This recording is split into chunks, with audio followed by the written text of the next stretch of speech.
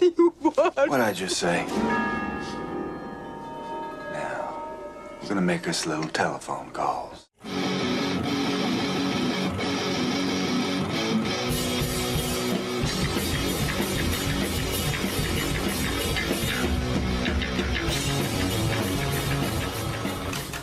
Lance Velchek here for Arrow on the Head's The Fucking Black Sheep, where we take a look at the opposing opinion of the genre's most divisive films. I think that writers, when they're forming, are like what my mother always used to say, milk in the refrigerator takes the flavor of whatever's next to it. You know, it's an unloved King film, an underappreciated Romero film, and a black sheep of both, the dark half. Let's talk about Richard Bachman. In the late 70s, Stephen King had hit it big. His first few books became bestsellers. Hollywood was interested in adapting his work, and King himself helped usher horror novels into the everyday mainstream. He was selling millions of copies, and everything he touched turned to gold. The problem, you ask? As any King fan knows, the man needs to write a few books a year, or he risks certain death. King is the writing equivalent of the bus from Speed. Wouldn't be able to interest you in a bribe, would I? It does look like shit. I'm the Lord of the Harvest. I'll fuck anything that moves! Damn, do I miss Dennis Hopper. Back then you couldn't release multiple books a year. Not only would it cheapen your name, but it would cannibalize your own profits. All they had to do was just ask John Fogerty. So I'm the only one that's heard of Creedence Clearwater Revival? But it wasn't just that. Stephen King questioned his own celebrity. Or was there enough talent to keep him on top? And so we got the Bachman experiment, spanning 4 books, with number 5, Thinner, being so obviously Stephen King, it officially ended his pen name. His 1989 novel about a writer's alias being outed and manifesting itself into an actual, vengeful being. The Dark Half is Stephen King's ode to his own odd little experiment, in true King fashion. In '93, we got the film adaptation, which seems to have flown under the radar and rarely gets mentioned when talking about classic King. Is The Dark Half one of King's many black sheep? Looks like it, but I'm here to fix that. Timothy Hutton plays Thad Beaumont, a gritty pulp writer who, after being blackmailed, aims to put his pen name, George Stark, to rest. Wanting to write more serious literature, he takes the blackmail as an easy out and publicizes a mock burial for his darker side. The first thing that stands out is how careful The Dark Half is in its execution. It's really a slow burn thriller. After he ends the Stark name, someone starts murdering, but the film is in no hurry to delve into the killings. We only see the aftermath for the first hour, and are basically on the side of Beaumont. He doesn't know what's going on, and sure as shit, neither do we. It takes up until the 50-minute mark to actually see Stark's face, and we are still kept in the dark as to who or what he is. Giving this a recent rewatch, I forgot how much of this film is low-key, just slow building tension, while the focus is solely on the plight of Beaumont and his world crumbling around him. This must be credited to George A. Romero. What a talented director, pigeonholed as the zombie guy. Now, Romero was great at zombies, of course, though Land was the start of the decline. But he knows how to shoot a movie, and The Dark Half is him at his most visually interesting. Look at this. Almost Cronenberg-esque, and damn disturbing. Just the practical effect of the breaking oven is something small that adds so much. Then we get this creepy doll-like monstrosity, which seems like an earlier version of the mask used in his late career underrated film Bruiser. When People magazine's Michael Donaldson comes home to a dark hallway, Romero lights it from the city's neon advertisements. He frames his shots in interesting and cinematic ways. Like the pacing, it's reserved, but he adds these little things here and there that do a lot. I love the Dead trilogy, but man, does The Dark Half have his best directing hands down, and a damn shame he doesn't get much credit for it. Timothy Hutton knocks it out of the park here. Man, did Hollywood miss the mark with this guy? Yeah, I know. He won an Oscar. But scrolling through his IMDb, I really believe he has been underutilized. His turn as Hugh Crane was the best comeback we've had in years. Subtle and reserved, emotes like a pro. Never been prouder of anything. Anything. Ever.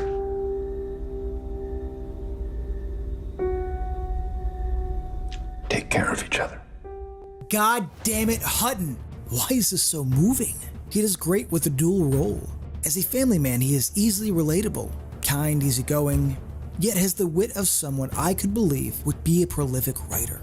I mean, there's not a lot there. I stay up all night and produce 9 lousy pages. 9 perfect pages. It's great. If you ever want to get depressed, look up how old an actor was during the filming of a movie you love. Thad Beaumont is my exact age now. The only difference, I don't have a wife, kids, big beautiful house, a successful writing career, while also a professor at the University of Maine.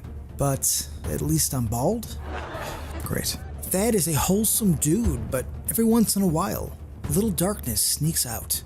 That's what Alexis Machine would do. He'd go get him, cut off his pecker, and shove it in his little rat mouth so when they found him, they'd know he was a squealer. It's these thoughts that gave way to his writing alter ego. George Stark is a part of Thad he subconsciously wants to be. When he gets to write as George Stark, his inner demons peek through. When the fictional Stark manifests, he's cocky, cool, and as someone put it best, has the perfect fuck you swagger. Modeled somewhat after Elvis, a personal hero of King, George Stark is a charming psychotic.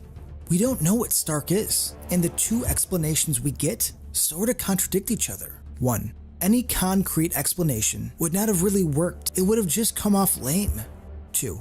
Enjoyed then, and I still enjoy now, that George Stark didn't end up being a split personality twist. He wasn't just Thad blacking out. For any one of these murders, framings, kidnappings to have any real weight, Stark needed to be an actual physical entity. What we do know is that Beaumont had a parasitic twin while in the womb. Once they did the surgery to cure his childhood headaches, we see its remnants in gory detail. Is this the vessel? Who knows? Unlike the novel, George Stark is a slight variation of Thad Beaumont. I read that this upset some fans of the novel, but I think it works better here. George is supposed to be the darker half. It makes more sense that they would share the same physical features, only slightly altered. We can't forget about Michael Rooker's character, Sheriff Alan Pangborn. Maybe my favorite of King's reoccurring characters. Fucking scut! Shut up! Shut up! Shut up! I want everybody in the world looking for that trouble. I'm not going anywhere. Rooker plays him straight-laced and professional. He has a natural charisma on screen, having every reason to be an ass. I appreciate his reluctant, even sympathetic attitude towards Thad. Alan wants to believe his story, but it becomes increasingly hard as the bodies pile up. I've always liked Michael Rooker, and I always will. What the fuck is going on up there? Nearing the end, Thad Beaumont and George Stark finally meet. The sparrows are flying again. Another great visual is Romero's use of the sparrows. Genuinely creepy and a warning to the audience. These sparrows conduct souls to the land of the dead and show up when Stark's entity is near. The hospital scene at the beginning has one of the best looking and intense scenes from any early 90s horror film. In keeping it gross, the idea of Stark wasting away is great. Starting off fresh and handsome and ending up like a dying hospital patient is a cool visual. The dark half stands strong 26 years later. I'm still blown away by how well it holds up. Watching Stark get sent back to hell, piece by piece, is gorgeous. Well done, George. The cast is great with the material. Rooker's laid back yet stern approach is greatly appreciated. Amy Madigan is sweet and supportive as Liz Beaumont. And Timothy Hutton proves he can and should lead more films. Let's put our differences aside and come together. Let's give the dark half a second chance. Let's give it a new lease on life and admit that it's underrated, that it's been unfairly overlooked. This sure doesn't deserve to be the fucking black sheep. That would be the Dark Tower. I hope you don't mind me making myself at home. Where I come from, we don't have chicken. It never works on you, does it, Roland? The power you have to resist my magic. Put the book down and plug in the keyboard on today's episode of Playing with Fear.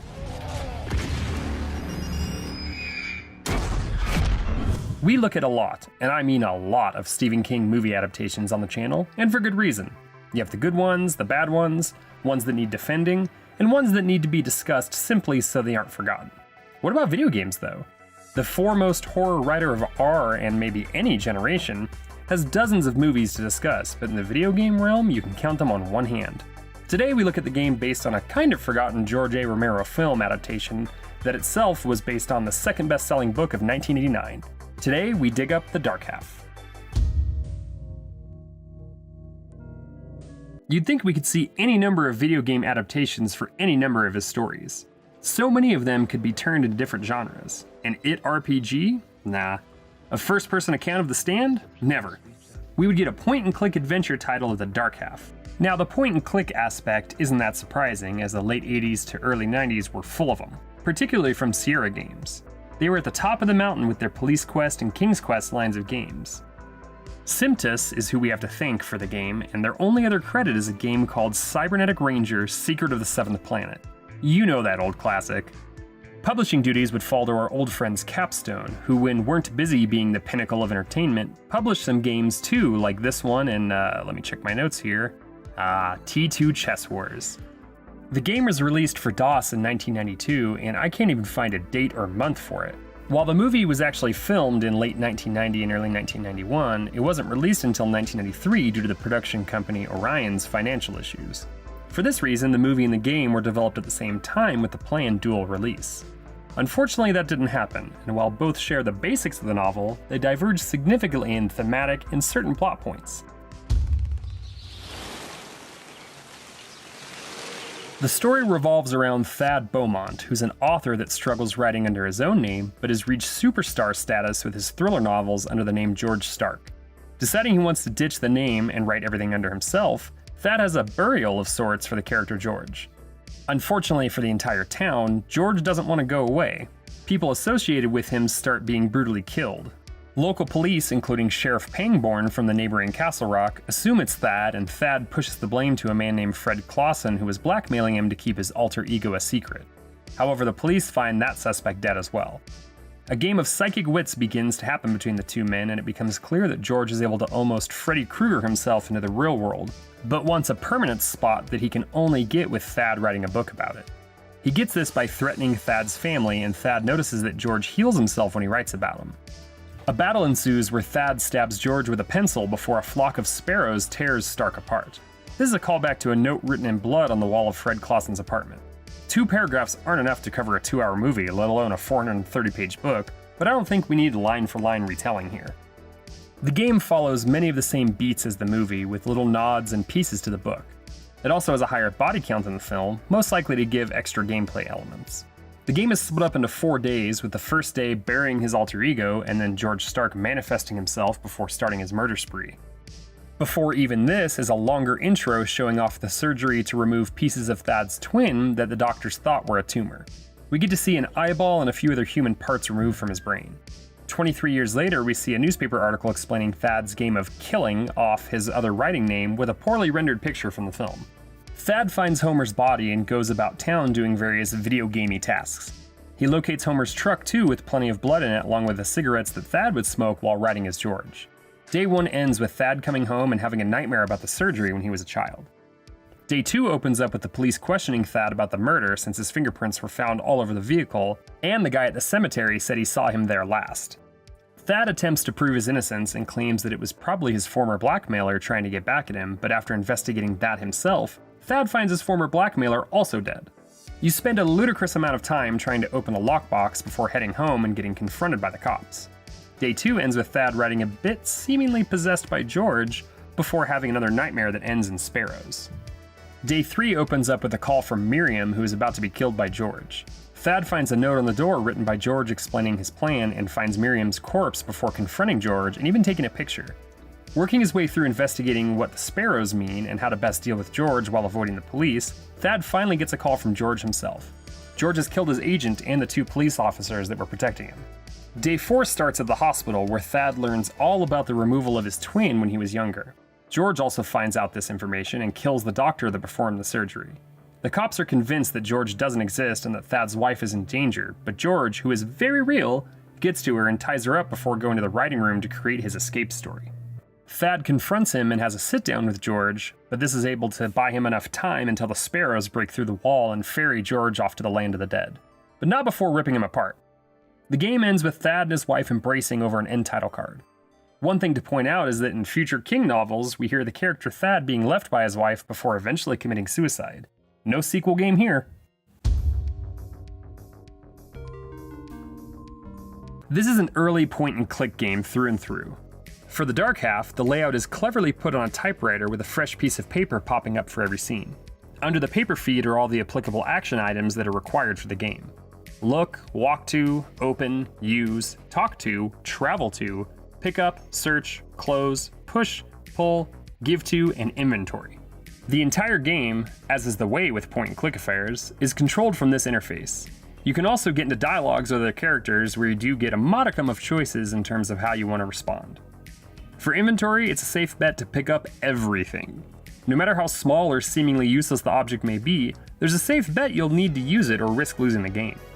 These types of game have their own difficulty on par with Nintendo Hard, where you could die or lock yourself out of the game on nearly every screen. Saving and saving on multiple files was greatly encouraged. The gameplay involves moving the needle on the story any way you can. Sometimes it's via talking to other characters, but more often than not it's done by the art of puzzle solving. Some of them make a lot of sense. You find a key and you unlock the door. Some require a little more insanity, I guess is the word I'm looking for. An example of this is trying to develop film from a camera, which of course requires money. To get the money, you need to open a lockbox found in a closet, but to open it you need a gun. The gun just can't be used alone though, as it would be too loud in the apartment, so you need to combine the pillow you found to make a silencer. You just gotta figure this stuff out. If you know what you're doing, the game can be completed in a little over 30 minutes. For the first time playthrough, be prepared for trial, error, failures, and restarting. This goes for the entire game, and if you like that style, it's a fun playthrough. The graphics and audio, and I say audio because sound doesn't really show up more than a couple times, are actually pretty pleasant and are signs of the time. It sure does look like a DOS game from 1992 with a special DOS color palette, and the music, while monotonous at times, complements the gameplay well. The walking animation is crazy fast, but everything else looks smooth and adds a nice touch to every minute task you need to accomplish. It lacks the voiceover of later efforts like the Gabriel Knight series, and was before the full motion video boom, which could be good like Phantasmagoria, or bad, well, like most of them. At least those are the so bad it's good for the most part. Anyway, it looks a lot like another Roberta Williams game called The Colonel's Bequest. The overall tone of the game is very eerie, and even though I mentioned the music getting monotonous, it also lends itself well to the vibe the game is going for. While it's an early 90s computer game with no sound, there are a few standout death scenes, and the way they are described are certainly horrifying. For me, the scariest parts are the flashbacks showing the surgery, and anytime Thad goes into his Stark mode for writing. He takes a long drag of his particular brand of cigarettes while his eyes roll back into his head, and he begins to write while not in control of his body. Overall, it has a lot of unsettling imagery and is a horror story. It's perfect to dive into with headphones on a late night after you've read or watched some other Stephen King properties. The game itself has become a minor cult classic, but as of this writing, isn't overtly expensive, depending on the version and how complete you want it, that is. It can't be purchased digitally on any of the main storefronts like Steam or GOG, but can be found online without looking very hard. While I couldn't find out how King feels about this or any of his games, he does have opinions on video games themselves. While they aren't for him, he does see them as art and derides censorship, which is about what I thought we'd get out of him. As for the games based on his works that would follow, it's not great. Lawnmower Man would be released for the SNES, Genesis, DOS, Mac, Sega CD, and Game Boy, and would mostly be a forgettable experience. Not terrible, but nothing special. After that, we would get a crappy minigame experience with F-13. One of the best legacies, in my opinion, was that it would be a precursor to the amazing adaptation of I Have No Mouth and I Must Scream from Harlan Ellison. This is one of the great horror games of the 90s and a pretty good rendition worked on by Ellison himself, including lending his voice. That one is a must-play for horror fans. Have you played The Dark Half? How about the other games mentioned? What King book or story do you think would make a good video game? Let us know in the comments, and we'll see you on the next episode of Playing with Fear.